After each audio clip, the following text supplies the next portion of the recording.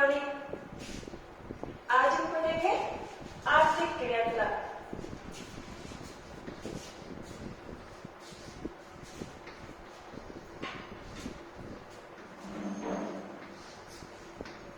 पहले तो आर्थिक क्रियाकलाप पढ़ने से पहले हम ये समझेंगे कि क्रियाएं क्या है या क्रियाकलाप क्या होते हैं। तो क्रियाकलाप यानी वे जो भी हम सब काम करते हैं दिन में, चाहे वो घर का हो या बाहर का कोई पैसे कमाने का हो, वो सभी क्रियाओं में होगा। अब क्रियाएं, हम टॉपिक है हमारा आर्थिक क्रियाएं। तो आर्थिक क्रियाएं और गैर आर्थिक क्रियाएं, इस क्रियाओं के दो प्रकार है। कौन कौन से? एक तो गैर आर्थिक क्रियाएं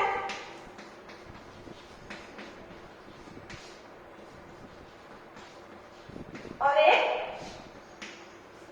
आर्थिक क्रियाएं।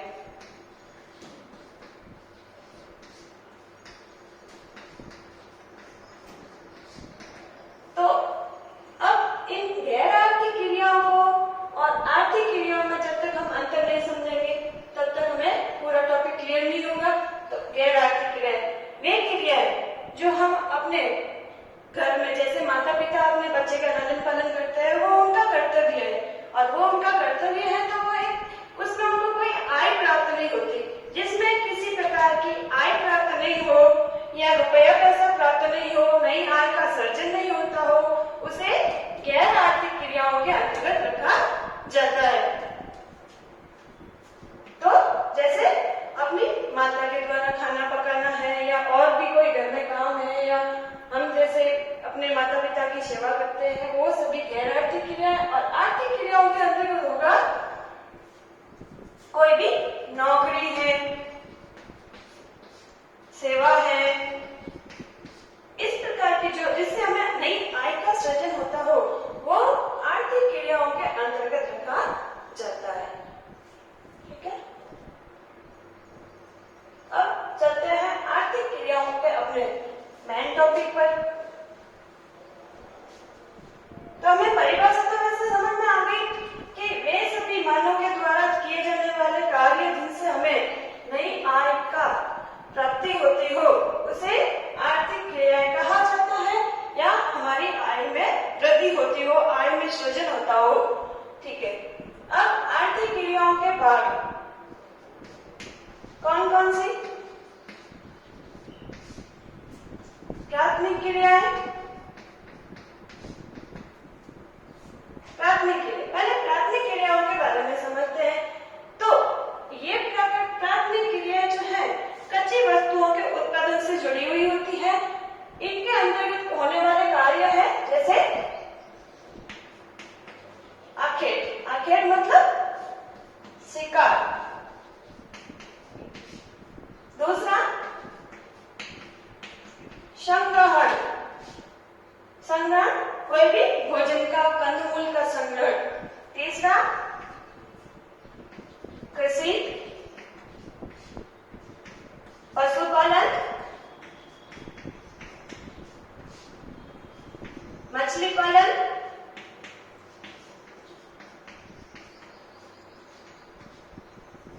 खनन,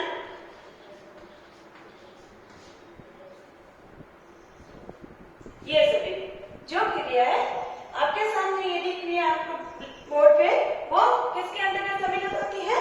प्राथमिक क्रियाओं के अंतर्गत होती है। इसमें सभी कच्ची वस्तुओं का उत्पादन होता है। और ये जो है प्राथमिक क्रियाओं को और एक नाम से जाना जाता है, यानी प्राथमिक क्रिया करने वाले मानव को रेड कॉलर श्रमिक या लाल कॉलर श्रमिक भी कहा जाता है। अब लाल कॉलर श्रमिक क्यों कहा जाता है? तो ये सभी जो कार्य आपके सामने दिख रहे हैं, वो बहुत अधिक मेहनत और परिश्रम के कार्य हैं। इसके कारण इनको लाल कॉलर श्रमिक के नाम से जाना जाता है। चलो अब चलते हैं द्वितीयक क्रियाएं।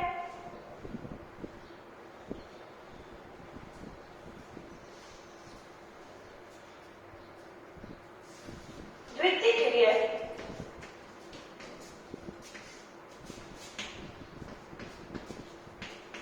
वित्तीय क्रियाओं में मुख्य रूप से होने वाले व्यवसाय है विनिर्माण। विनिर्माण क्या होता है? निर्माण, जो भी कच्ची वस्तुएं उन्होंने प्राथमिक में जो उत्पादन हुई थी उनका जो पुनर्निर्माण करना, उनको उपयोगी बनाना, मूल्यवान बनाना, ये क्या बताएगा? विनिर्माण। तो वस्तु को उपयोगी और मूल्यवान बनाने का कार्य द्वितीय व्यवसाय के अंतर्गत होता है और इसके अंतर्गत जो भी कार्य करते हैं उनको नीला कॉलर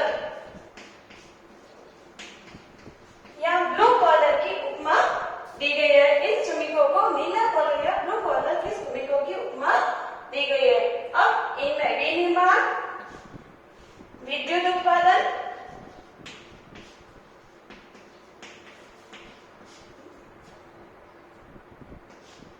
भोजन प्रसंस्करण आदि सभी कार्य सम्मिलित किए जाते हैं।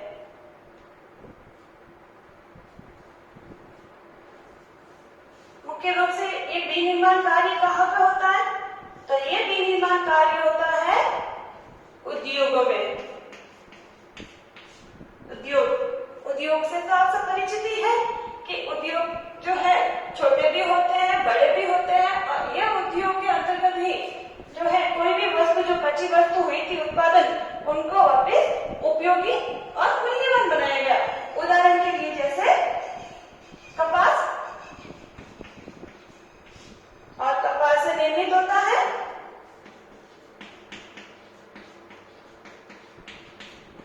विनिर्माण होकर बनता है सूती वस्त्र। इसी प्रकार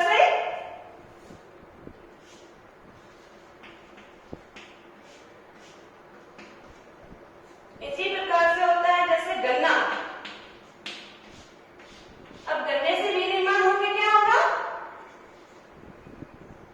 शक्कर,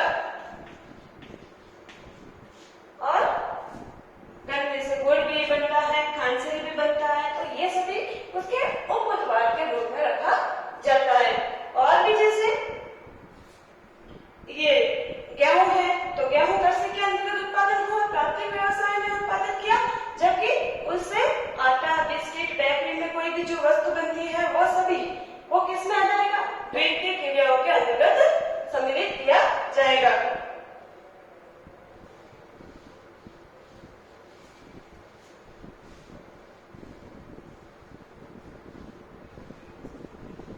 तीसरा प्रकार तथ्य क्रियाएं।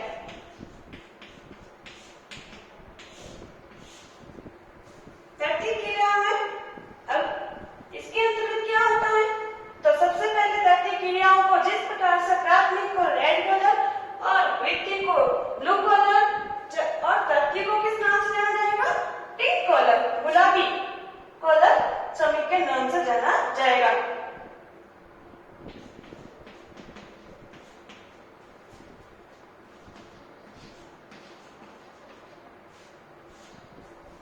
और इनको यानी तथ्य क्रियाएं करने वाले व्यक्तियों को पिंक कलर की श्रेणी में रखा जाता है। और इसके अंतर्गत होने वाले कार्य है व्यापार, वाणिज्य, संचार, मनोरंजन, बीमा, बैंक, पर्यटन। यानी तथ्य क्रियाकलाप को एक हम सेवा सेक्टर के रूप में भी जान सकते हैं। ये हमारी सेवा के रूप में जो कार्य करते हैं, कोई भी सेवा, जिसमें चाहे वो निम्न स्तरीय सेवा हो या उच्च स्तरीय सेवा। अब मुख्य रूप से तो तीन ही भाग है आर्थिक क्रियाओं के, प्राथमिक, द्वितीयक और तृतीयक। परंतु इस तृतीय के ही जो है इकोनॉमिक यानी अर्थशास्त्र में उपभाग किया गया है और इसे अधिक बढ़ाया गया है, जिसके अंतर्गत चतुर्थ और पंच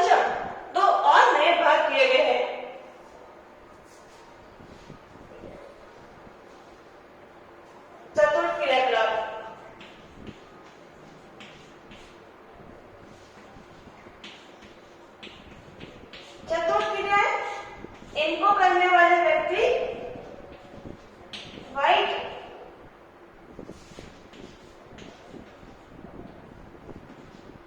कॉलर स्विमिंग के नाम से जाने जाते हैं। और इसके अंतर्गत चतुर्थ क्रियाओं में सम्मिलित होती है एक तो अनुसंधान,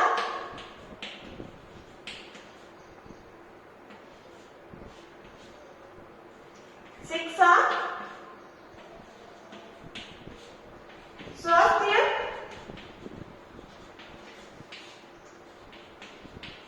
सुरक्षा। ये जो अनुसंधान और शोध कार्य है, शिक्षा है, स्वास्थ्य है, सुरक्षा संबंधी कार्य है, इन सभी कार्य करने वाले को चतुर्थ क्रियाओं में रखा जाता है और ये भी हमारे किसी न किसी प्रकार से सेवा ही करते हैं। अगला पंचम,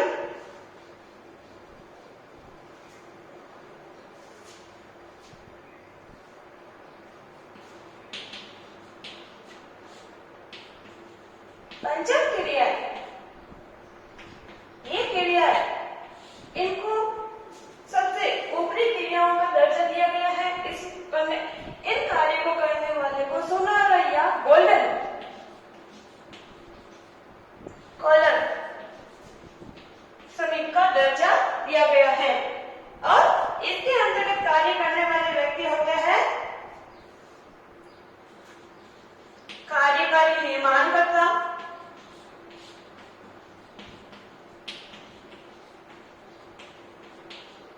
कानूनी एवं तकनीकी सलाहकार,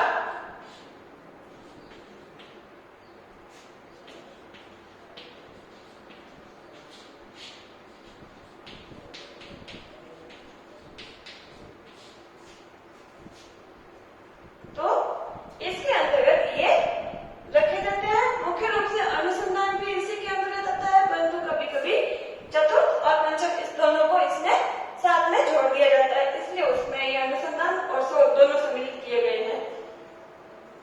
अब वापस अपना टॉपिक पे आते हैं। मेन प्राथमिक क्रियाएं जो हम विस्तार से पढ़ने वाले हैं।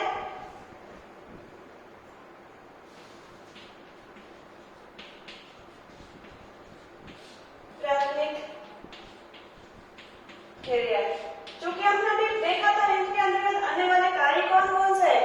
तो आखेट, भोजन संग्रहण, कृषि, पशुपालन, मछली पालन और खनन, ये आदि जो कार्य है इसके अंतर्गत आते हैं।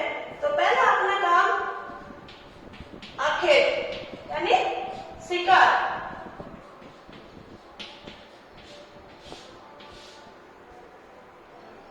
आज भी क्या ये आखेट पर निर्भर है? कई लोग जो अपना मुख्य रूप से पूरा जीवन जो है सिर्फ आखेट और शिकार पर चलाते हैं। तो हाँ, ये है कई सारे ऐसे विश्व में लोग जो अपना जीवन निर्वाह जो है आखेट और शिकार के माध्यम से करते हैं।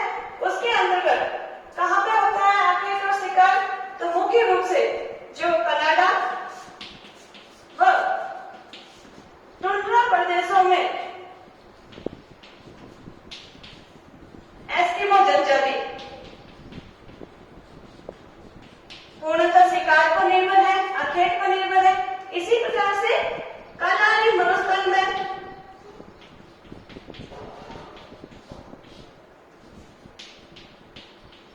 निवास करने वाली जनजाति बुशमैन,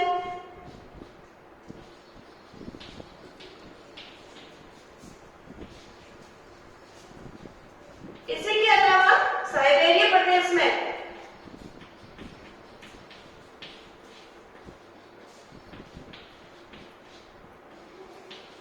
याकुल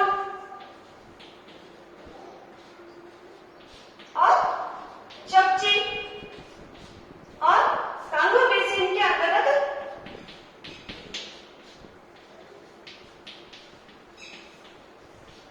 पिग्मी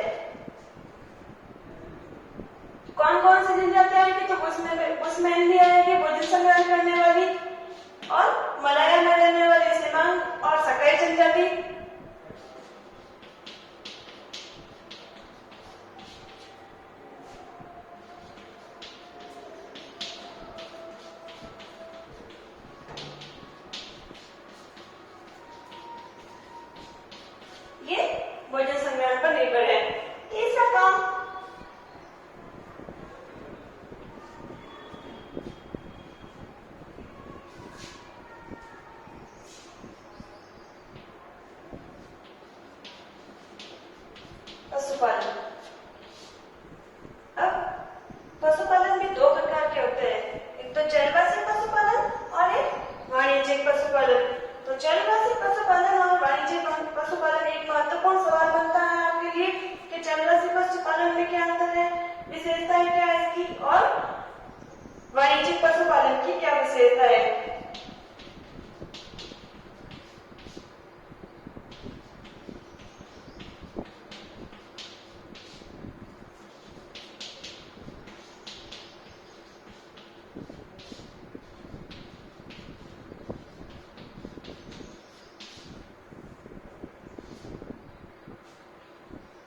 जलवासी पशुपालन से संबंधित आप हम पढ़ेंगे तो उसमें जो भी कहाँ होता है तो वो उष्ण और शुष्क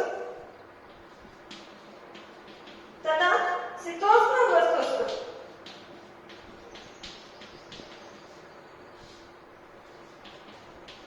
इन क्षेत्रों में जो है जलवासी पशुपालन का कार्य किया जाता है, जिसके अंतर्गत जो है वहां पे जो भी उस क्षेत्र में पाए जाने वाले जीव है उन लोगों को पालतू बनाया जाता है और वो अपना जीवन निर्वाह करते हैं, घूमते हैं इधर उधर चारे की तलाश में, तो वो उसी के उसको जलवासी पशुपालन कहा जाता है। और दूसरा वाणिज्यिक पशुपालन, इसमें जो है एक स्थायी रूप से जो है स्थान पर रहकर वहां पे तकनीकी का सहारा लेते हुए कई प्रकार की जो है नई विधि को अपनाते हुए वो वाणिज्यिक पशुपालन किया जाता है, जिसमें उत्पादन भी अधिक होता है और उत्पादन का व्यापार किया जाता है।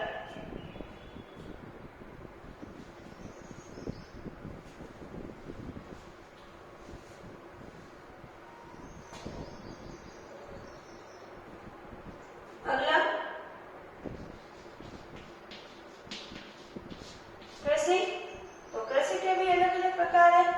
प्राचीन काल में कृषि, देखो पहले प्राचीन काल में जो आदि मानव था वो जंगलों में निवास करता था और जंगलों में निवास करके वो केवल जानवर के शिकार पर और कम मूल इकट्ठा करके खाके ही अपना जीवन निर्वाह करता था। धीरे धीरे जब उसकी आवश्यकता बढ़ने लगी और उसकी जो ये अपने आसपास के वातावरण से पूर्ति नहीं हो रही थी, तब उन्होंने क्या किया, पशुपालन करना शुरू किया और कृषि कार्य करना शुरू किया ताकि वो अपनी आवश्यकता की पूर्ति कर सके। तो अब कृषि उस समय जो पहले होती थी वो बहुत ही, उसमें तकनीकी का अभाव बहुत था, तकनीकी थी नहीं बिल्कुल ही, और वो एक पिछड़ी हुई तरीके की कृषि करते थे जिसको हम कहते हैं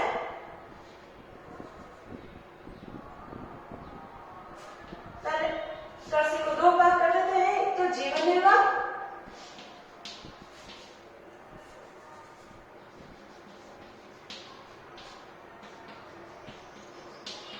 जीवन निर्वाह कृषि और वाणिज्यिक कृषि।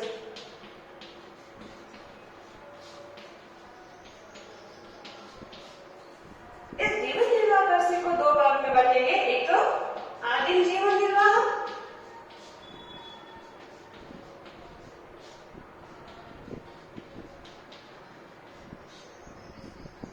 आदिम जीवन निर्वाह कृषि, और दूसरी है ये अभी चल रही है जीवन निर्वाह कृषि, गहन जीवन निर्वाह कृषि।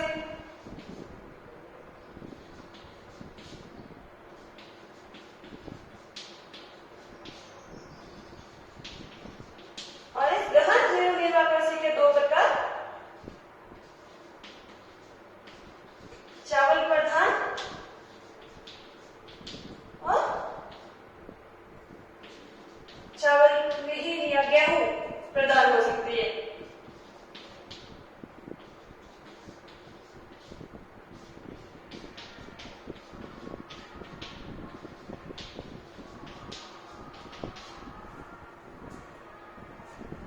तो इस जीवन निर्वाह कृषि में मुख्य रूप से जो व्यक्ति कृषि करता है वो अपने और अपने परिवार के भरण पोषण के लिए कृषि करता है, और उसके अंतर्गत जो तकनीकी या कोई भी जो बाहरी युक्ति का सहारा बहुत कम दिया जाता है, वो उसके परिवार के सारे व्यक्ति मिलकर ही श्रमिक के रूप में कार्य करते हैं खेत में, और उसमें वो उतना ही उत्पादन कर पाते हैं जितना कि उसके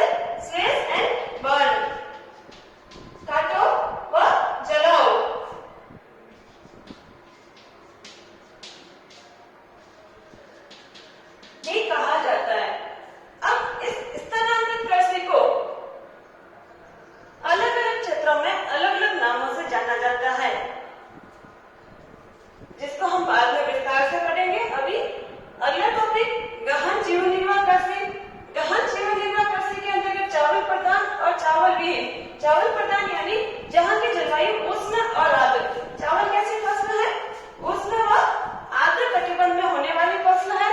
तो वहाँ पर मुख्य रूप से अपने जीवन निर्वाह के लिए जो फसल बोते हैं वो चावल, उसको प्रधानता दी जाती है और उसके अंतर्गत एक वर्ष में वहाँ पे 2 या 3 बार चावल की ही कृषि की जाती है। जहाँ पे ये जलवायु अनुकूल होती है उसमें ये चावल प्रधान, और जहाँ पर जलवायु अनुकूल नहीं है यानी उष्ण के अलावा वहाँ पे शीतोष्ण प्रकार की जलवायु है तो उसमें गेहूं की प्रधानता दी जाती है। यानी मुख्य रूप से बोया तो खाद्य पदार्थ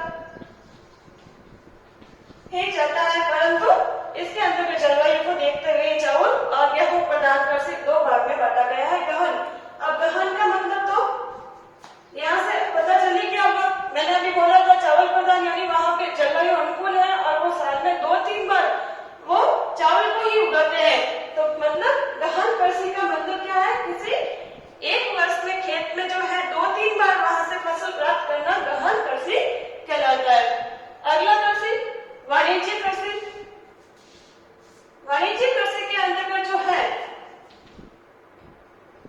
इसकी कुछ विशेषता है कि तकनीकी का सहारा अधिक लिया जाता है, मानव श्रमिक कम काम में लिए जाते हैं। इसमें मैंने बताया था जीवन निर्वाह कृषि में जो है अपने बाहरी तकनीकी का उपयोग कम, जबकि मानव श्रम का अधिक उपयोग लिया जाता है। अपने परिवार के व्यक्ति ही वहाँ पे उस खेत में पूरा काम करते हैं और वो उत्पादन करते हैं, जबकि वाणिज्य कृषि खेतों का आकार बड़ा होता है जिसमें मानव श्रम कम काम में आता है, तकनीकी अधिक काम में आती है।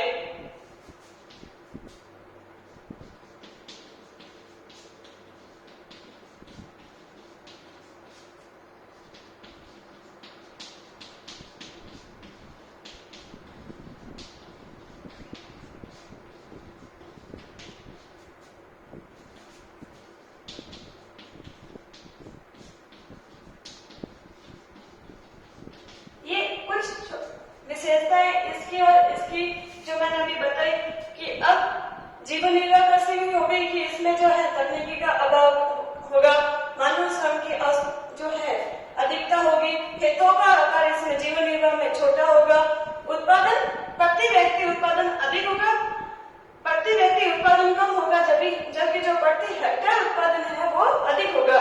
जबकि इस वाणिज्य कृषि में तकनीकी का उपयोग ज्यादा होगा, मानव श्रम कम काम आएगा, खेतों के आकार बड़े होंगे, उत्पादन इसमें प्रति व्यक्ति उत्पादन अधिक रहेगा, जबकि प्रति हेक्टेयर जो उत्पादन है वो इसकी अपेक्षा इसमें कम होता है।